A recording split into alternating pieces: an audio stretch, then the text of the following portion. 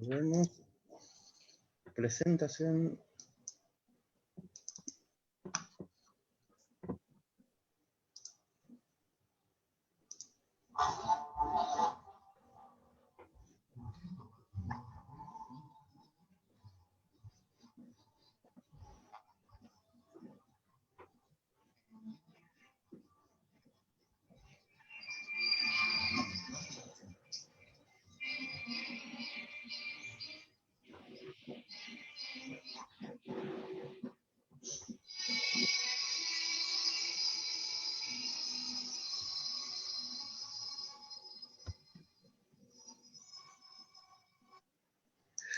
Bueno, hola amigos, amigas de la biblioteca. Ahora sí, estuvimos haciendo un ensayo y error aquí con Anaí, Erasmo. Señoras y señores, hoy en la biblioteca vamos a hablar sobre historia del Paraguay. Aquí está el material de Anaí Soto y de Erasmo González. Bueno, Anaí está en Ciudad del Este, Erasmo está aquí en Ñemby. Un libro muy, muy importante que no debe faltar en la biblioteca. Les estaba diciendo que es un libro que recorre prácticamente casi toda la historia del país, con un lenguaje sencillo, un lenguaje que puede entender aquel estudiante de secundaria, aquel estudiante, aquella persona que quiere iniciarse en la historia, y un material muy importante. ¿Quién de los dos me va a hablar cómo nace el libro de historia del Paraguay que tiene el sello de Servilibro? Bueno, primero que nada, Neri, muchísimas gracias por promocionar este material. Erasmo y yo hicimos ese trabajo con muchísima ilusión, de verdad. Erasmo yo creo que te va a contar más sobre eso, pero fue con muchísima ilusión y bueno, se lanzó, se imprimió, creo que fue los últimos días de febrero del año pasado. Y cuando estábamos viendo alternativas de lanzamiento, empezaron las medidas de restricción. Entonces, bueno, o sea, fue un escenario bastante interesante, pero la forma en que nació fue Vidalia, que bueno, es una gran impulsora de todo lo que es literatura en nuestro país y los múltiples espacios y las obras y los proyectos. Habló con quien entonces era el presidente del Comité Paraguayo de Ciencias Históricas, con Carlos Gómez Florentini, y le planteó, necesitamos, hay manuales de historia del Paraguay, hay muy buenos, de hecho Servilibro tiene uno con Mari, hay uno del sello de Taurus, pero ella nos planteó que quería algo que sea didáctico, que sea algo que pueda entrar en aula,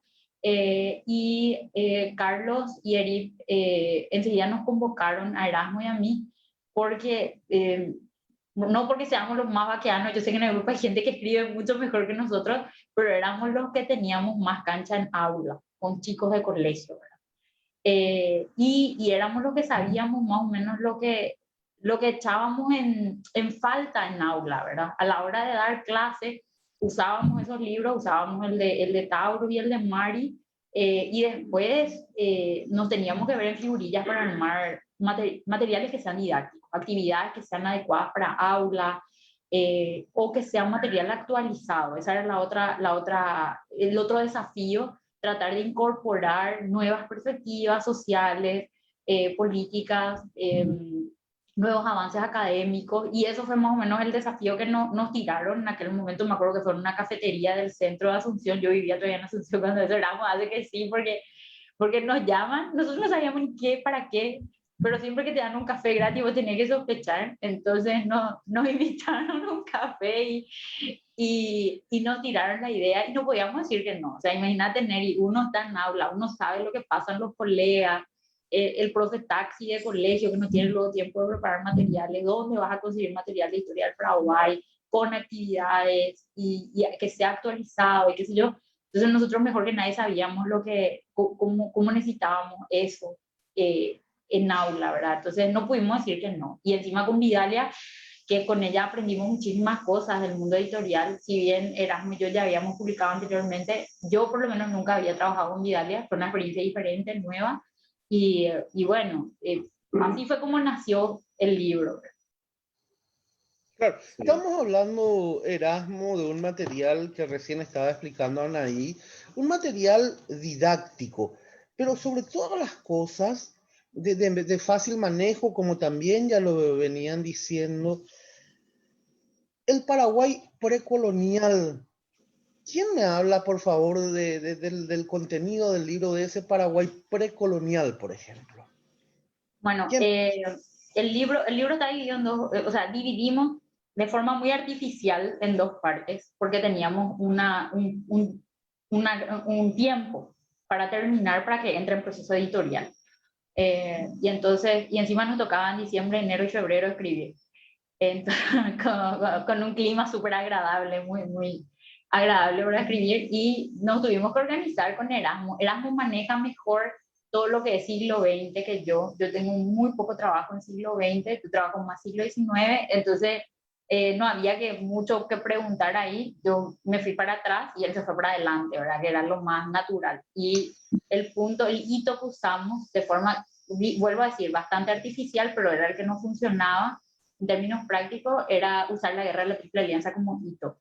A mí me tocó hacer precolonial, confieso que hice, pero con muchísimo miedo, porque realmente estudiar Paraguay precolonial es echar mano de disciplinas que son diferentes a la historia, o sea, que tienen sus propias herramientas, como la antropología, la arqueología, la etnografía. Entonces, con temor y temblor hice, después recibí la aprobación de Mirta Alfonso, que es una de las 3 arqueólogas que hay en Paraguay, y me puse muy feliz. Me hizo correcciones de que hay conceptualizaciones que ya no se usan, por ejemplo, paleolítico, sino que se habla de arcaico. Entonces, si hay una próxima edición, probablemente vamos a tener que hacer adecuaciones curriculares, pero encontramos muchas investigaciones lindas que nos ayudaron para poder hacer un recorrido y no quedarse solo en lo guaranítico, y no solo en ese encuentro de las tribus guaraníes con el conquistador, porque queríamos como cubrir un poquitito más, que sea un espectro un poco más amplio, y de alguna manera logramos. Sí quedan más preguntas que respuestas. Ese capítulo hay muchas cosas que se le puede enriquecer, o que el profe en aula puede plantearse actividades para hacer de forma interdisciplinaria, pero la idea era por lo menos darle visibilidad a un periodo de la historia que muchas veces se pasa por alto, y muchas veces se pasa por alto por no tener información actualizada. O sea, el famoso tema de el arte rupestre, por ejemplo, que todavía se mantiene el mito de que los vikingos lo hicieron. Entonces, esos temas para nosotros eran importantes incorporar, que los chicos comprendieran que acá hubo pueblos anteriores a la conquista europea, que eran pueblos con conocimientos de ciencia a su nivel, ¿verdad? De conocimientos artísticos, con un desarrollo y una organización social, política, y que no eran todos iguales tampoco. Eso tratamos de reflejar, que la región chaqueña tenía sus propias características. Obviamente ineludible era la obra de Branislava Zurnik y todo lo que son los aportes de investigación del Museo Andrés Barbero. Entonces trabajamos mucho con esos textos, y después con algunos textos de artículos académicos que se hicieron en la región. Brasil, Argentina tienen muy lindos avances en sus yacimientos arqueológicos, entonces trabajamos mucho con esas fuentes y tratamos de poner eso en un lenguaje que los jovencitos y las personas que no son jóvenes, pero que se están iniciando por primera vez, leen un libro de historia, puedan comprender, ¿verdad? Es justamente lo que estaba comentando, por la facilidad, ese lenguaje sencillo, claro que tiene este material. Y lo que sí quiero ir comentando con ustedes y compartiendo, Erasmo, a vos te tocó una etapa de la historia del que la gente no habla mucho.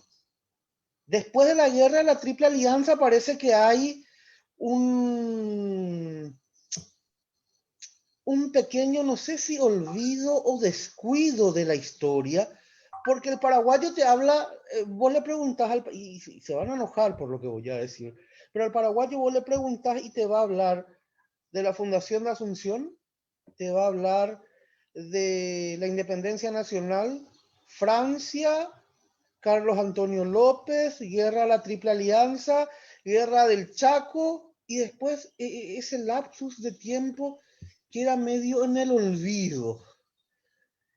Sí. No sé si estoy equivocado o ya estoy muy exagerado. No, ¿Qué me dicen? Recapitular un poco, Neri. Cuando Vidalia nos dio esta oportunidad, Anaí y yo pensamos primeramente como docentes que somos tanto en el nivel medio como en el tercer ciclo de la educación escolar básica, además de que también estamos en la universidad, tratar de proyectar un libro de consulta general donde también pueda abarcar para ese estudiante del tercer ciclo y de nivel medio con proyección a la universidad un material de consulta con trabajos didácticos apropiados, así como estaba haciendo referencia a Nay. Pero también pensamos nosotros de que en base a la experiencia docente que tenemos, podíamos agregar algo más de lo que siempre veíamos en los demás materiales. Claro, sin desmeritar, ¿verdad? Entonces, lo que nosotros más quisimos también es ver ese aspecto social, además del aspecto político y cronológico, tratar de abarcar la cuestión de género, a esos grupos olvidados, los grupos vulnerables, los indígenas, y tratamos ciertamente de abarcar eso. Por eso es que cuando justamente empezamos la parte de la posguerra, como estás haciendo referencia, tratamos también ahí de ver esa historia que, como vos decís, hasta hace poco tiempo era muy olvidada por algunos textos escolares. Y sin embargo es importante. Imagínate nada más que fue en esa época donde surgieron los partidos políticos, ¿verdad? Que sabemos que hoy día son los que tienen la hegemonía dentro de este contexto que estamos viviendo, ¿verdad? Y así también se dan tratados internacionales, se dan los primeros centros culturales y también surgen nuevos grupos culturales que después van a tener influencia, ¿verdad? Entonces creímos muy importante hacer eso y también abarcar algunos aspectos relacionados a los representantes culturales que tuvimos en esa época. Imagínate hablar de los novecentistas, de un Juan Oleari, lo que representó para la historiografía nacional, de lo que fue Cecilio Báez, en qué contexto se movieron en una época donde hubo mucha anarquía política o convulsiones políticas, ¿verdad? Entonces, creemos que es una parte muy importante de la historia y que tratamos justamente con este material de hablarlo de la mejor manera posible para que pueda llegar, como te estaba diciendo, al mayor público posible, ¿verdad? Claro, me permiten un rato, tengo que cumplir con los auspiciantes y con los oyentes, más que nada con la gente que colabora con la biblioteca. Hoy tenemos, reiteramos, estamos hablando del libro Historia del Paraguay de Anaí Soto y Erasmo González, tiene el sello de Servilibro, aquí están viendo. Tenemos para compartir con los oyentes, pueden escribir aquí a la página del Facebook sus comentarios, nosotros vamos a ir leyendo, vamos a ir eh, respondiendo las preguntas. Aquí los historiadores, yo dejo esa tarea a la gente que sabe. También tengo el libro de Marco Fano, El Cónsul, la Guerra y la Muerte, de Editorial Intercontinental. Aquí está. Esto es para aquel que quiere o está en el ámbito del derecho. Manual de Derecho de Seguros, de Editorial Intercontinental, del doctor Francisco Segura. Y después es el libro de la semana. No puedo todavía hablar sobre este libro. Vamos a poner después la presentación y hablar, pero me dijo Anaí que en el libro de la semana también tenés algo que escribiste, Erasmo. Así que cuando hablemos del libro de la semana nos vas a hablar de qué escribiste sobre ese material. Anaí ya me contó todo. Así que imagínate la comunicativa que es Anaí. Seguimos nosotros. Ahora sí quiero ir hablando y quiero que me digan, por favor, estamos hablando de ese Paraguay de la conquista. ¿Cuál es el origen de la nación paraguaya? ¿Quién me dice eso? ¿Quién me responde? Por favor. Uy, porque Erasmo se cayó luego y vete las horas ahí. Bueno, este tema de la nación paraguaya es complejo. En realidad, hoy en día hay toda una línea de investigación en todo el mundo, en todo Occidente, ¿verdad? Con respecto al mito de la nación, ¿verdad? O los mitos Claro. nacionales. el mito nacional paraguayo, uno de los elementos que tiene, ¿verdad? Es el tema de la amalgama hispano-guaraní, ¿verdad? Sin embargo, tenemos que comprender que si bien hay características sociales, socioeconómicas inclusive, que perduran desde la conquista, inclusive hasta el tiempo presente, no necesariamente son elementos que podemos relacionar con nacionales, ¿verdad? O sea, ahí tendríamos que entrar en una discusión conceptual de qué es nación. Y de acuerdo a las conceptualizaciones más contemporáneas, cuando hablamos de nación, la nación está ligada al concepto de Estado nacional, ¿verdad? No obstante, había un sentido localista en la provincia del Paraguay que venía desde aquel primer núcleo conquistador y colonizador, y que tiene que ver mucho con ser esa provincia marginal que, no sé, o sea, del 40 al 80 que se, ¿cómo se llama? Que Buenos Aires queda inhabitada, desde 1540 a 1580 que queda Buenos Aires deshabitada, es el único momento donde Asunción realmente tiene como un impulso o una importancia dentro de la agenda del Imperio Español, ¿verdad? Es difícil lo que yo estoy diciendo y es algo, uno de los planteamientos que nosotros tratamos de hacer en el libro, pero que es importante comprender porque ahí comienza uno a entender, qué sé yo, por qué cuando se da lo de la cefalía con Irala y compañía, se hace un uso particular de la cédula real. ¿Por qué se vuelve a usar la cédula real de formas que en el resto de Hispanoamérica no se usaba? O inclusive, si venimos más hacia acá, ¿por qué en 1811 se da de forma tan abrupta el quiebre con el vínculo con España, ¿verdad? Todo tiene que ver con el ser una periferia, ser una provincia periférica que desde el punto de vista de esa organización política española no tenía gran importancia. Sin embargo, hubo una conquista que continuó su propio camino, ¿verdad? Es súper importante comprender la complejidad del proceso de conquista. Actualmente hay investigadores como Guillaume Candela que están trabajando mucho con el tema de conquista.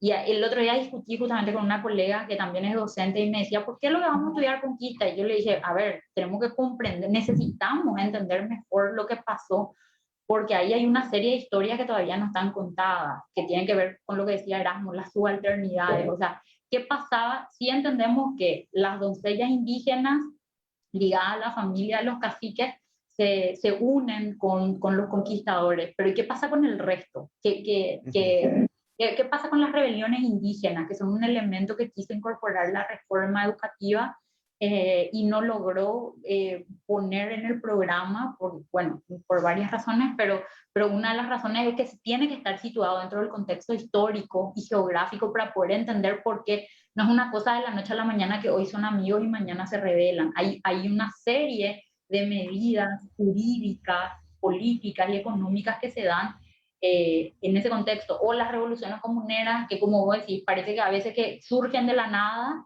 pero cuando uno entiende cómo fue el proceso de organizar las provincias, los 30 pueblos jesuíticos, cómo se distribuye la tierra, cuáles son los beneficios de unos y otros, cómo se da la distribución de encomiendas, ahí uno comienza a comprender por qué se dan ciertos procesos políticos e inclusive, si querés ir más profundamente, que nosotros tiramos pistas nomás en eso, no llegamos a hablar profundamente, pero está el inacabable tema de la tierra, ¿verdad? Y que empieza desde tiempos coloniales, de la conquista y de la forma en que se distribuye la tierra y se administra durante el proceso de la conquista y la colonización. Claro, además una cosa, nosotros siempre, lo que somos ya, tenemos más de 4 décadas de existencia, nos han enseñado de que la nación estaba primero después del Estado.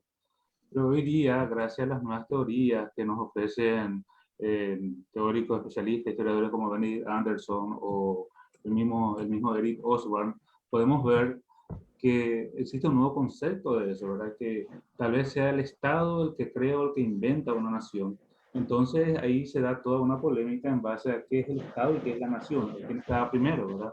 La tendencia hoy día, de acuerdo a esos que he mencionado, a esos teóricos, es que justamente está el Estado el que inventa la nación, ¿verdad?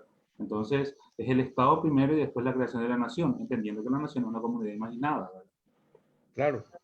Bueno, una definición importante. Estábamos hablando de esa fundación o refundación. En un momento decías lo de Buenos Aires que quedó vacía. Esa refundación se dio con Ana Díaz. ¿Qué más podés aportar para dar así pequeñas pinceladas de la historia? O sea, es que hay temas muy interesantes en ese proceso. Sí, Eh, Porque, por ejemplo, el tema del rol de las mujeres en ese proceso de conquista y es sumamente interesante poder comprender cómo ellas son, siempre tomamos el caso de Ana Díaz porque es el más icónico, ¿verdad? claro, Pero era complejo para una mujer europea, de las que vinieron, ¿verdad? Luego, para una mestiza criada como europea o una criolla, era complejo el escenario porque en un proceso de conquista era prácticamente vivir como en guerra. Entonces, ellas no eran criadas, o sea, dentro del paradigma no necesariamente ellas podían entender bien qué roles asumir y qué no, ¿verdad? Que es el caso que ocurre con Ana Díaz y es posible que todavía en los documentos del archivo hayan muchos retazos de historia que tenemos que ir armando el rompecabezas para comprender mejor, porque también hay mucha invisibilidad de las mujeres en las fuentes. Eh, Tratamos de comprenderles a partir de fragmentos, porque las que hacían lo que era considerado correcto prácticamente nos quedan en las páginas de la historia. Son las que salen un poco de lo común o sobresalen positivamente o salen de la ley, son de repente las que tienen una página en la historia. Entonces todavía hay que escarbar un poco para poder comprender el rol de las mujeres, que es fundamental. Y otro tema que es muy interesante, que tiene que ver con el tema de una perspectiva femenina, ¿verdad?, de la conquista, es que muchas veces nosotros hablamos de Asunción, madre de ciudades, como algo que es real, ¿cómo se dice? Algo que realza a Asunción. Sin embargo, y las mujeres que me están escuchando van a comprender perfectamente, y los varones que son papás también, el dar a luz, el parir, exige muchísimo de la mamá, el proceso de gestar y parir. Y para Asunción, parir todas esas ciudades, porque esa es la palabra, significaba entregar hombres, mujeres, jóvenes, armas, asadas. O sea, si había dos asadas, una se tenía que ir. Entonces, significaba un proceso de desgaste muy, muy grande, que nosotros de repente nos imaginamos que cada fundación era como la gloria. En realidad era un esfuerzo enorme, porque estamos hablando no de una ciudad organizada, sino de un fuerte que tenía la misión de establecer puntos, asentamientos coloniales. Entonces, esos son elementos que hoy podemos ir hablando, porque qué sé yo, hasta la década de los 80 era todavía complejo discutir ciertos mitos nacionales y qué sé yo, pero hoy en día tenemos elementos y tenemos avances, investigaciones que nos están pudiendo dar perspectiva de cómo fue el proceso de la conquista y la colonización, la complejidad de todo ese crisol de cultura que muchas veces queremos ver como algo muy romántico. Sin embargo, son grupos étnicos con diferentes culturas, con diferentes concepciones. O sea, cuando llega el indígena, o sea, tenemos que recordar que los guaraníes, por ejemplo, eran un pueblo esclavista, ellos tenían sus propios esclavos, ellos entran después bajo el yugo español, bajo ciertos acuerdos, esos acuerdos se quiebran. Los españoles tampoco no son uno solo homogéneo, tenemos que recordar el caso de Álvaro Núñez Cabeza de Vaca e Irala. O sea, tenés realistas, tenés sectores que están a favor de una forma de hacer el asentamiento y otras no. La famosa frase de el paraíso de Mahoma, cuando vienen los religiosos y encuentran la forma de vida que están adquiriendo los conquistadores de tener muchas esposas y consideran que un cristiano que viene a traer el evangelio no puede vivir así, y se arma un lío tremendo. Entonces, comprender que ese proceso no es un proceso lineal, no es un proceso pacífico como muchas veces se quiso presentar, y tampoco un proceso romántico. Entonces, el poder ir comprendiendo que eso va teniendo sus avances, sus retrocesos, es de mucha violencia, que es necesario comprender para poder ver cómo ocurre después el resto de la historia, cuáles son las bases sobre las cuales se fundamenta esa construcción de ese espacio. Claro, ahí estamos hablando de lo que tiene que ver con el inicio del Paraguay. Eh, ya se habló mucho del Paraguay independiente, ya se habló mucho del Paraguay de la Triple Alianza. Ahora quiero hablar de ese Paraguay post-guerra Triple Alianza. Ese Paraguay que quedó en cenizas, el Palacio de López que tuvo una bandera brasileña, los saqueos. Les reconozco, hace poco estuve entrevistando a Lito Barrios, al maestro Lito Barrios, sobre la historia del himno nacional paraguayo-uruguayo, y sacó cosas muy interesantes. Por ejemplo, la música no es la música original de nuestro himno, pero entre tanto hablar de la historia de los himnos, de las canciones patrióticas, ustedes dos son católicos, ¿sí o no? Pregunto. ¿O no? Sí. Sí, bueno. Éramos así. Yo soy evangélica, pero estoy casada con un católico, así te Bueno, sirve el dato. no. ¿Por qué hago esta pregunta? Van a decir, ¿qué es lo que quiere preguntar? ¿Qué es lo que quiere decir? No. Uno de los himnos de la Iglesia Católica de la festividad mariana del 8 de diciembre es tu pueblo, Virgen pura, que te da su amor y fe. Y bueno, yo me enteré que esa era una canción patriótica, que era como el himno nacional, que le puso música un brasileño del ejército brasileño, porque era parte del himno patriótico después de la guerra de la Triple Alianza, y que el sacerdote que le puso letra después de su pueblo, Virgen Pura, usó esa misma música. Me quedé sorprendido, por eso nadie habla de lo que pasó, o se habla muy poco de lo que pasó después de de ese Paraguay que quedó en ruinas, que se tuvo que reconstruir. Se habla de legionarios, no legionarios. Hay una discusión justamente entre los historiadores de no usar como una palabra despectiva la palabra legionario, de quién quedó el traidor, quedó para reconstruir el que se vendió al oro de la Triple Alianza. Hay mucho de qué hablar. Por eso, quiero que me comenten de esa etapa, de esa época, por favor. Sí, realmente fue una etapa muy dura, ¿verdad? En todo lo que hemos vivido, porque tenemos que tener presente que para aquellas personas que sobrevivieron a la invasión de la Triple Alianza, la guerra no terminó en 1870, continuó después por todo lo que se vivió con la ocupación de los ejércitos aliados por prácticamente 6 años más, además de las convulsiones políticas que había, la instabilidad, la pobreza, todo lo que representó para aquellas mujeres que eran mayormente la población que había en Paraguay y todo lo que sufrieron, ¿verdad? Y pareciera ser que la historiografía tradicional del Paraguay se ha olvidado un poco de ese periodo y que, como te había dicho antes, es muy importante por todo lo que se vivió, porque estamos hablando de un proceso de reconstrucción después prácticamente de las cenizas, ¿verdad? De todo lo que representó. Y hay que tener en cuenta también el aporte que tuvo en ese periodo la cuestión de la migración, los inmigrantes que llegaron, cómo empezaron a adaptarse a esta sociedad y como había dicho Anaí, también el problema de la tierra, cuando en la década del 80 empiezan a venderse las tierras públicas, los yerbales y todo lo que conllevó eso, ¿verdad? Entonces, evidentemente, es una época que nos puede ilustrar y nos puede ayudar a entender muchas cuestiones por las cuales hoy día estamos atravesando ciertos problemas, ¿verdad? Que todavía no hemos superado completamente, ¿verdad? Pero más allá de eso, Neri, también yo creo que hay que entender que la sociedad en sí es dinámica y se dan muchos factores de cambio, en donde también tenemos que tratar de ver las ideas que surgieron, esa concepción positivista que llegó en algunos intelectuales como Cecilio Báez, la manera en que concebían ellos tratar de buscar soluciones.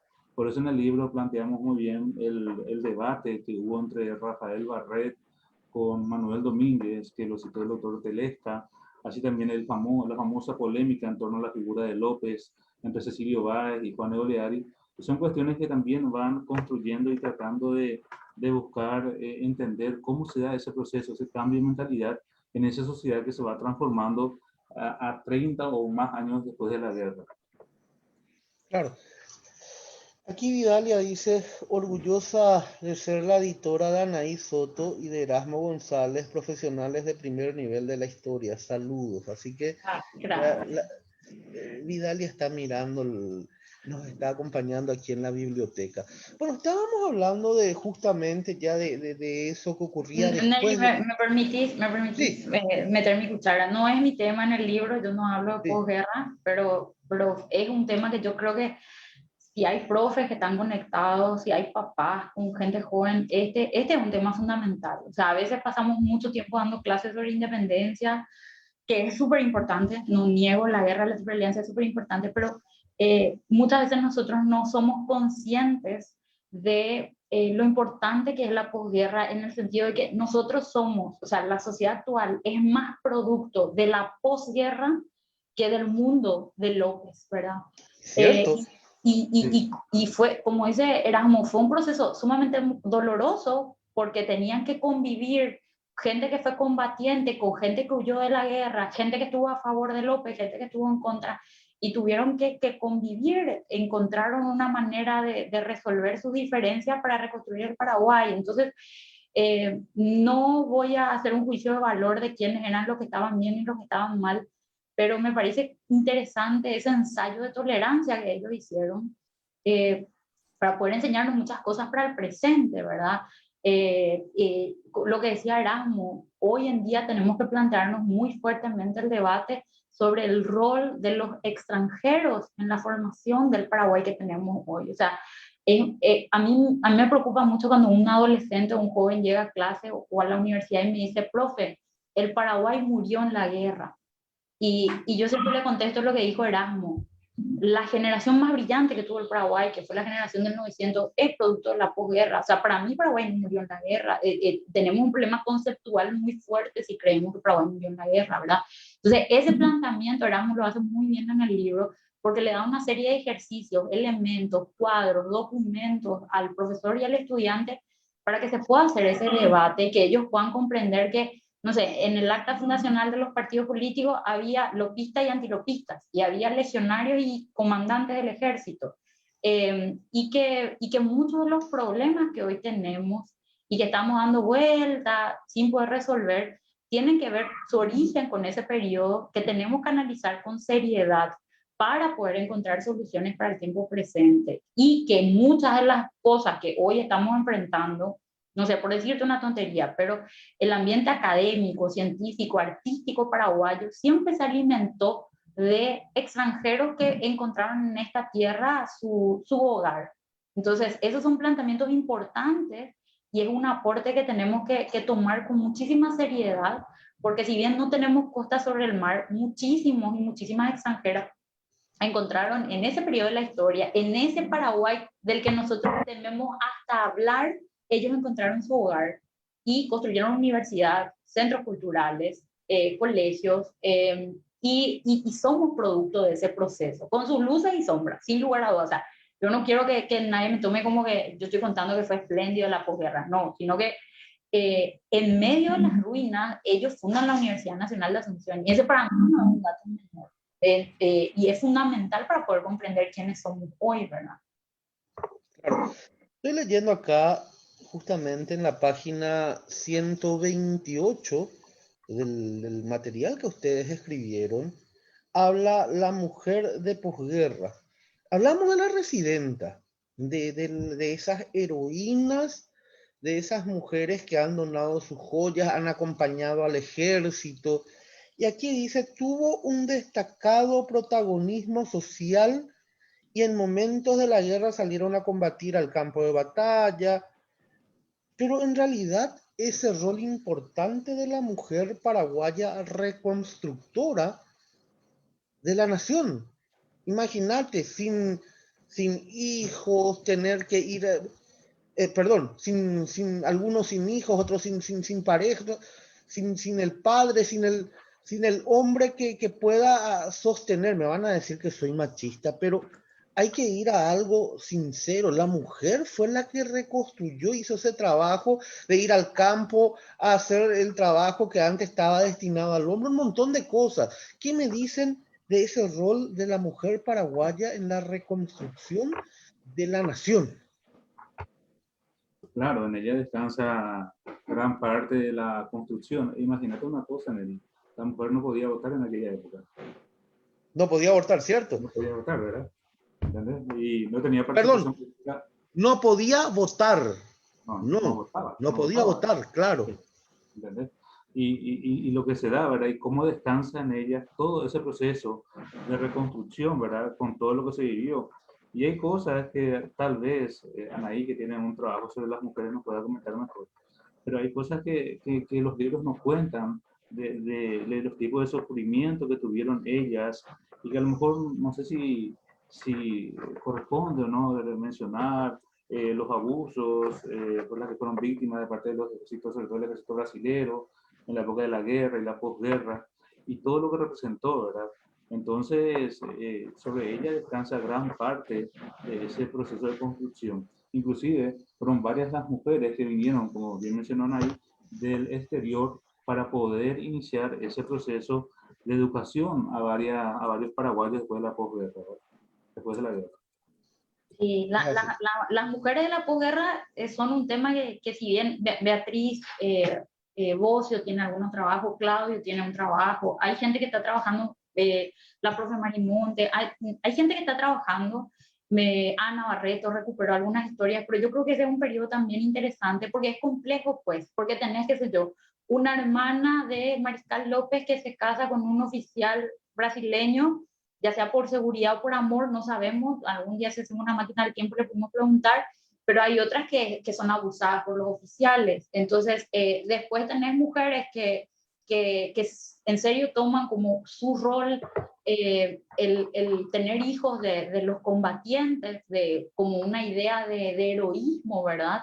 Que es muy propia también del siglo XIX, y otras mujeres que se ocupan de poder sostener a toda la familia. Si bien la mujer paraguaya desde la época colonial ya está acostumbrada a tener que sostener económicamente a la familia, era la encargada de la chacra, de algunos negocios familiares, de hecho muchas dueñas en la élite, muchas mujeres eran dueñas de los esclavos inclusive, no era tan extraño que las mujeres tengan que salir a trabajar. Erasmus sacó un punto que es creo que la beta de ese momento histórico, porque las últimas décadas del siglo XIX fueron fundamentales en la lucha sufragista de las mujeres. O sea, los movimientos feministas del siglo XIX abrieron paso para que las mujeres puedan por lo menos discutir la oportunidad de si iban a estudiar o no, si podían tener matrimonio civil o no, que es el caso de Asunción Escalada, por ejemplo, acá en Paraguay, que no era un dato menor en ese momento, donde los pocos que sobrevivientes eran parientes, o sea, necesitabas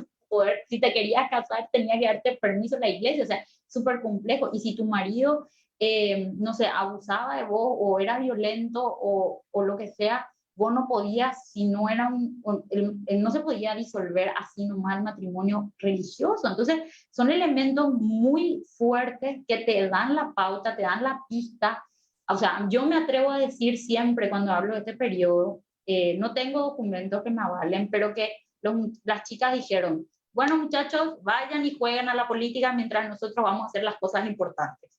Entonces, perdón por el comentario así tan informal, pero cuando le digo así a los chicos jóvenes, ellos ahí entienden el mayor sacrificio que hicieron las mujeres paraguayas, porque muchas veces lo romantizamos como, pobrecita, ella tuvo que criar hijos. La mujer paraguaya muchas veces tuvo que criar hijos sola, eso demuestra Bárbara Potas con sus estudios. No, pobrecita, tuvo que salir al campo. Las mujeres paraguayas sostenían la chacra, para ellas no era una novedad trabajar fuertemente o criar a sus hijos o sacar adelante a la familia.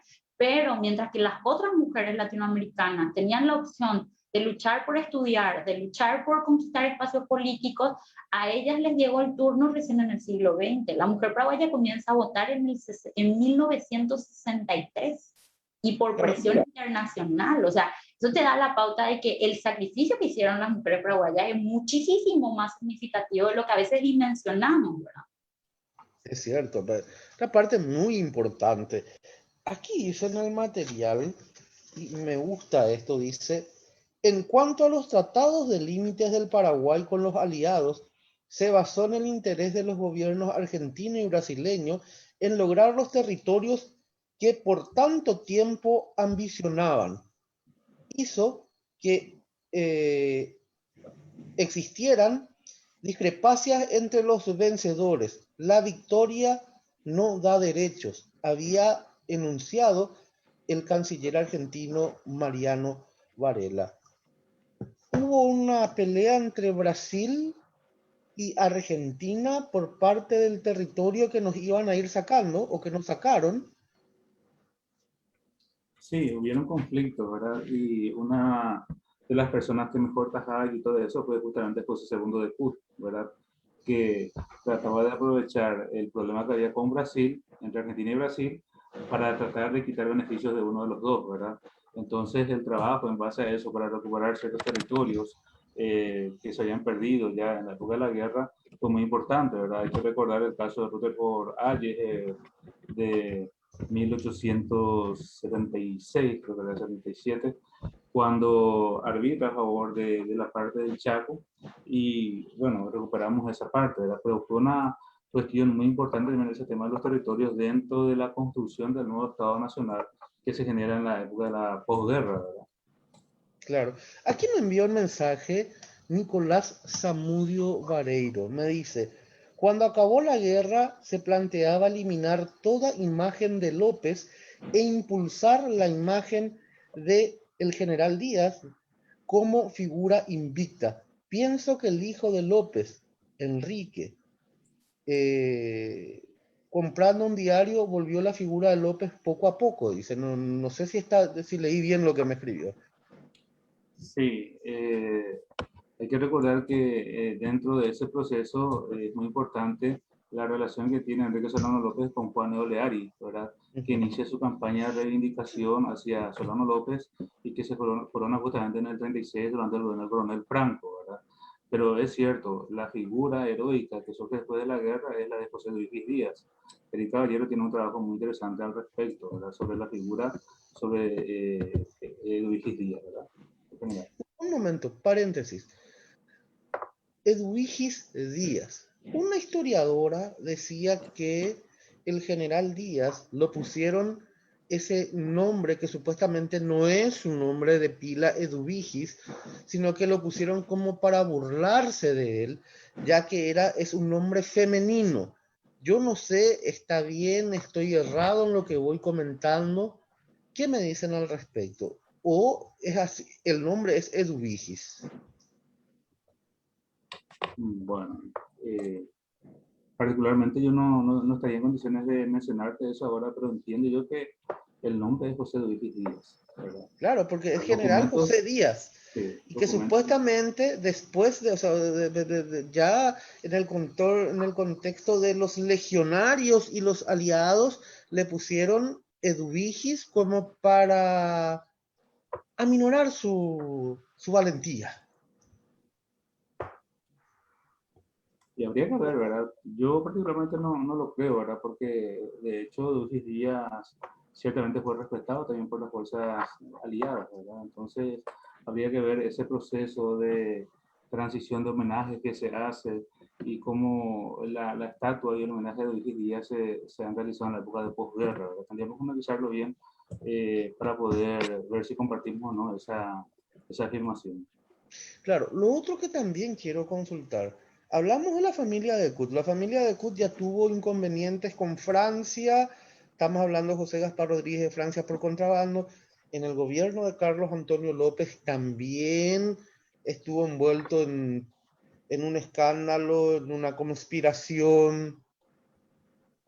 Estaban en el exilio, fundaron la Legión. Y al perder la guerra Paraguay, vienen, toman esa familia parte de lo que sería ese gobierno posguerra. ¿Qué me dicen al respecto?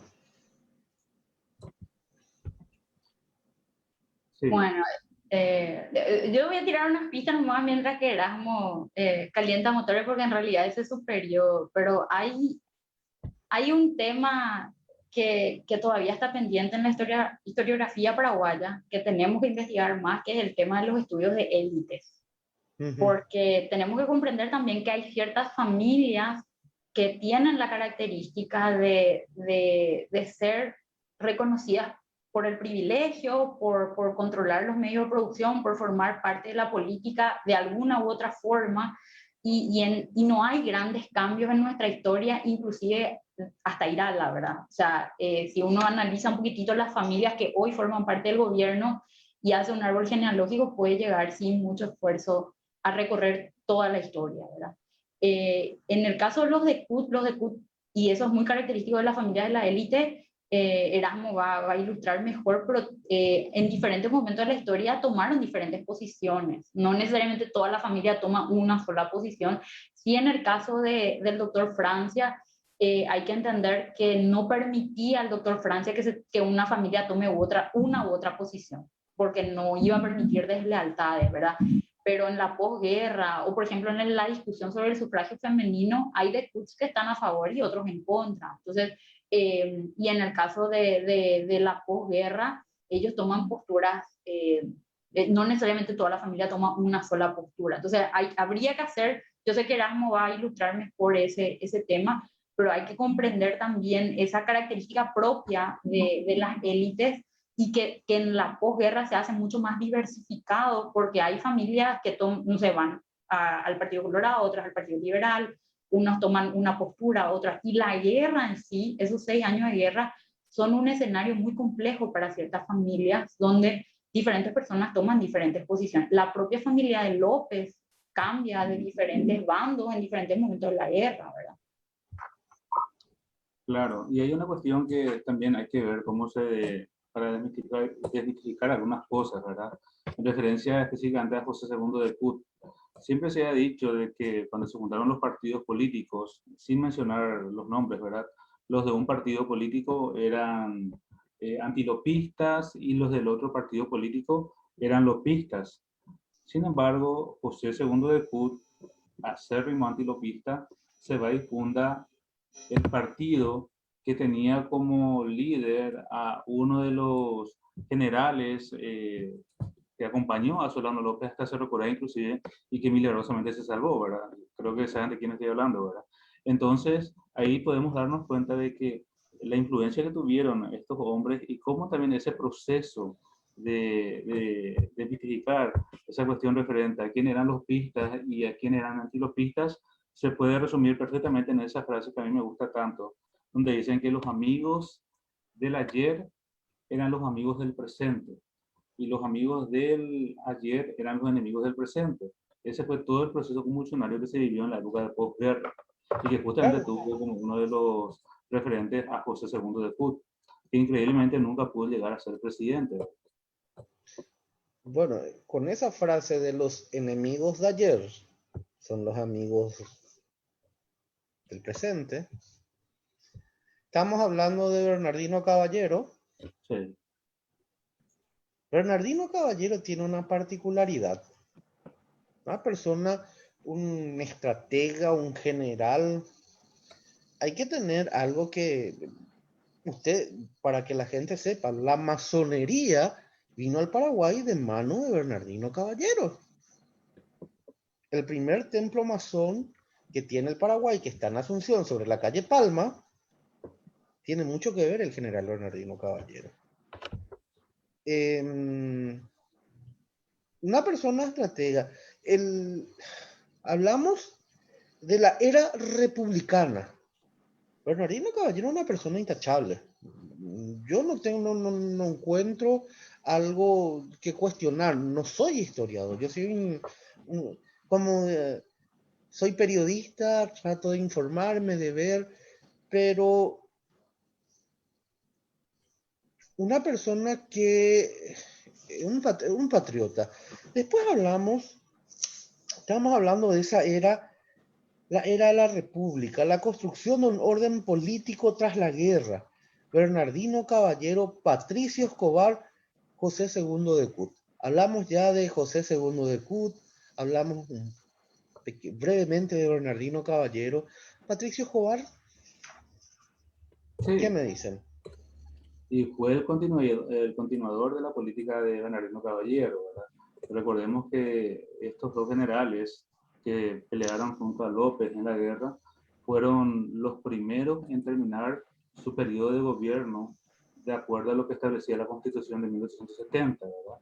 Y justamente durante el gobierno de Patricio Escobar es cuando se fundan los partidos políticos. Y uno de los referentes justamente de esa fundación de los partidos políticos es Bernardino Caballero, cuando crea la Asociación Nacional Republicana, ¿verdad? Que después justamente va a entrar dentro de esa órbita de gobierno del mismo Patricio Escobar. Y juntos van a tener mucha influencia política hasta prácticamente la aparición de Gusquiza, que va a ser un breve lapso de interrupción hasta que cae Emilio Cebal en 1902. Claro. El Partido Liberal en el poder. La Revolución de 1904, el novecentismo, el Paraguay gobernado por liberales, participación femenina, gobiernos efímeros, guerra civil de 1992. Un capítulo muy interesante del libro. ¿Qué me dicen? Sí, estamos hablando de los inicios del siglo XX, cuando el Partido Liberal tiene que empezar a experimentar lo que representa estar dentro del poder. Ya salía de ese ámbito de estar fuera del poder, tenía que gobernar, y ese partido que está dividido en dos facciones muy fuertes, como eran la de los cívicos y radicales, después tienen que vérselas para tratar de congeniar y gobernar el poder. Esa falta de acuerdo es lo que va a producir muchas consecuencias políticas negativas, como las convulsiones que van a originarse hasta 1902, donde una de las personas que va a resaltar con todo en aquella época es la de Albino Jara, el coronel Albino Jara, que inclusive va a llegar a ser presidente por unos meses, y durante su gobierno se va a celebrar los primeros 100 años de la independencia nacional, ¿verdad? Dentro de todo ese contexto aparecen también, están allí ocupando un puesto ciertamente interesante los novecentistas, los que van a realizar trabajos históricos, sociológicos, aportes a la prensa, literatura, y que van a ser muy importantes, como dijo Anaí, para el desarrollo de la cultura. Bueno, ¿me permiten un momento, por favor, que quiero presentar el libro de la semana?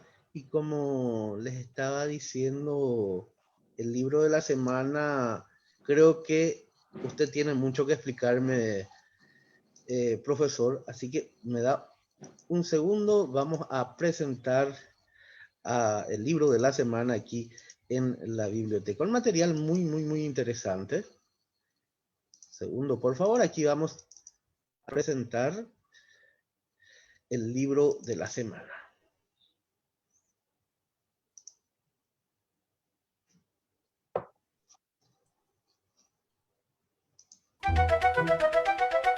En la biblioteca presentamos el libro de la semana.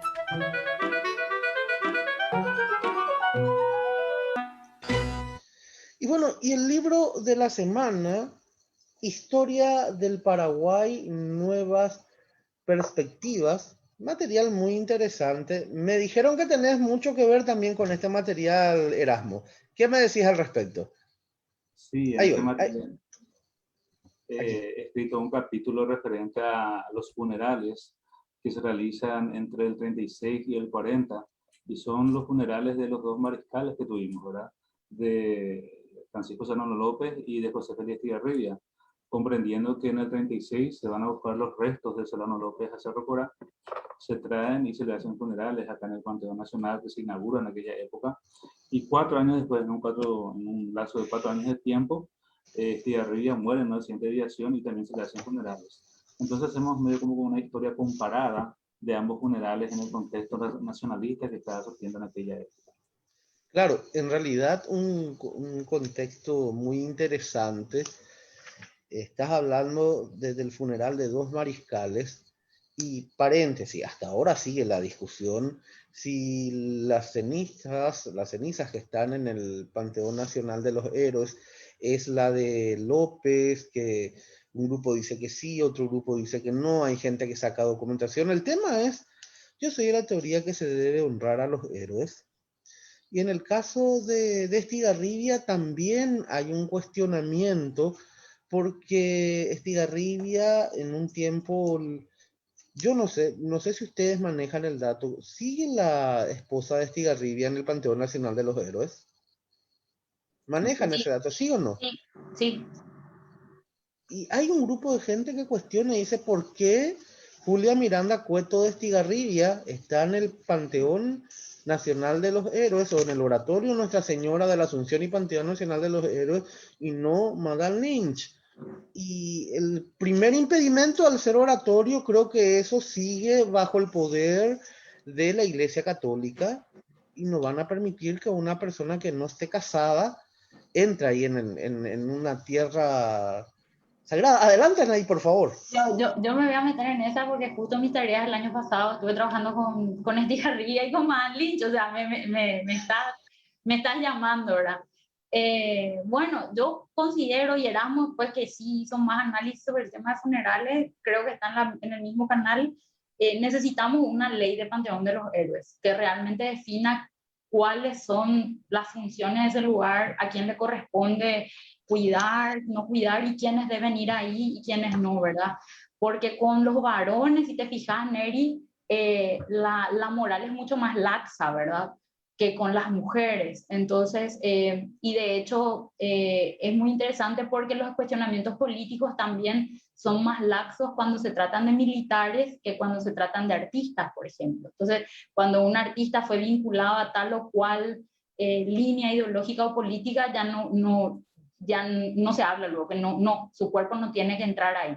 Pero cuando un militar, por más que haya tenido un pasado político discutible, sí puede entrar. Entonces, yo creo que ese tipo de discusiones que terminan provocando que personas de manera coyuntural lleguen ahí.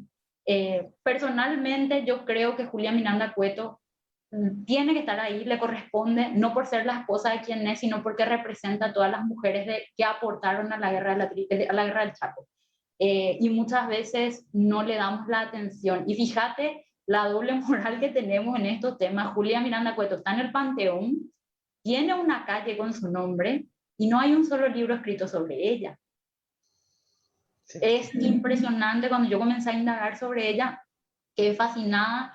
Prácticamente las únicas referencias con las que contamos son las entrevistas en los periódicos que le hicieron porque ella era la portavoz de su esposo durante la guerra y las memorias de su hija. Entonces, te das cuenta de que tenemos todavía, o sea, y a mí ese tema de, sí, yo considero que son importantes los héroes como una forma de inspirar a la gente, pero que tenemos que tener mucho cuidado con la sacralización de los héroes, porque muchas veces eso termina invisibilizando otros temas de fondo, ¿verdad? Como el que te estoy planteando. Cuando yo digo esto en voz alta, la gente se sorprende porque me dice, ¿en serio ahí no hay nada sobre Julia Miranda Cueto? ¿En serio te digo? O sea, hablé con gente, qué sé yo, con Verón, hablé con Marimonte, hablé con Ana Barreto y todos me decían lo mismo, no hay nada. Entonces, eso te da la pauta de que termina no siendo tan importante el Panteón como nos planteamos, porque si realmente fuera tan importante, hoy tendríamos un álbum de las biografías de quienes están ahí y sin embargo nos trabamos en peleas interminables sobre si las cenizas son o no de López, cuando en realidad ahí está el valor simbólico de que sean o no las cenizas de López biológicamente, simboliza algo para una generación que le llevó ahí y que consideran que fue importante reivindicarlo por lo que, no solo por lo que hizo en la guerra, sino por lo que ocurrió en la posguerra, ¿verdad? O sea, eso analiza muy bien Erasmo en el artículo y creo que son cosas que sí tendríamos que discutir. A mí la verdad,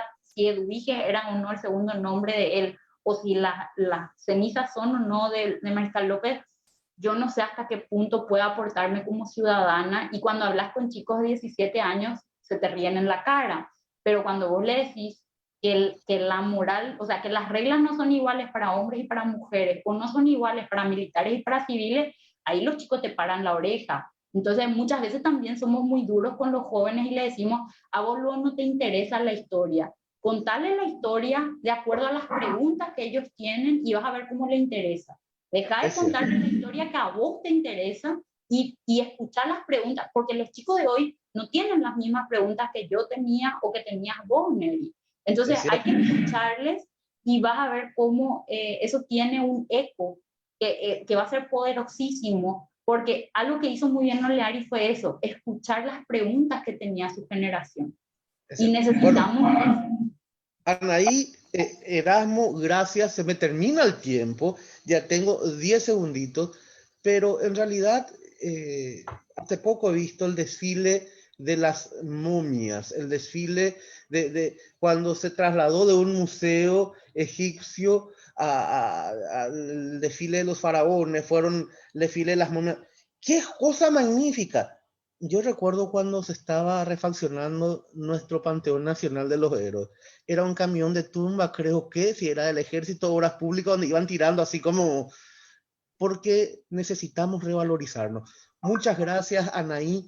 Muchas gracias, Erasmo, por esta entrevista. Y bueno, seguimos. Nosotros nos encontramos el próximo domingo con más de la biblioteca. Hasta luego. Muchas gracias. Gracias a todos.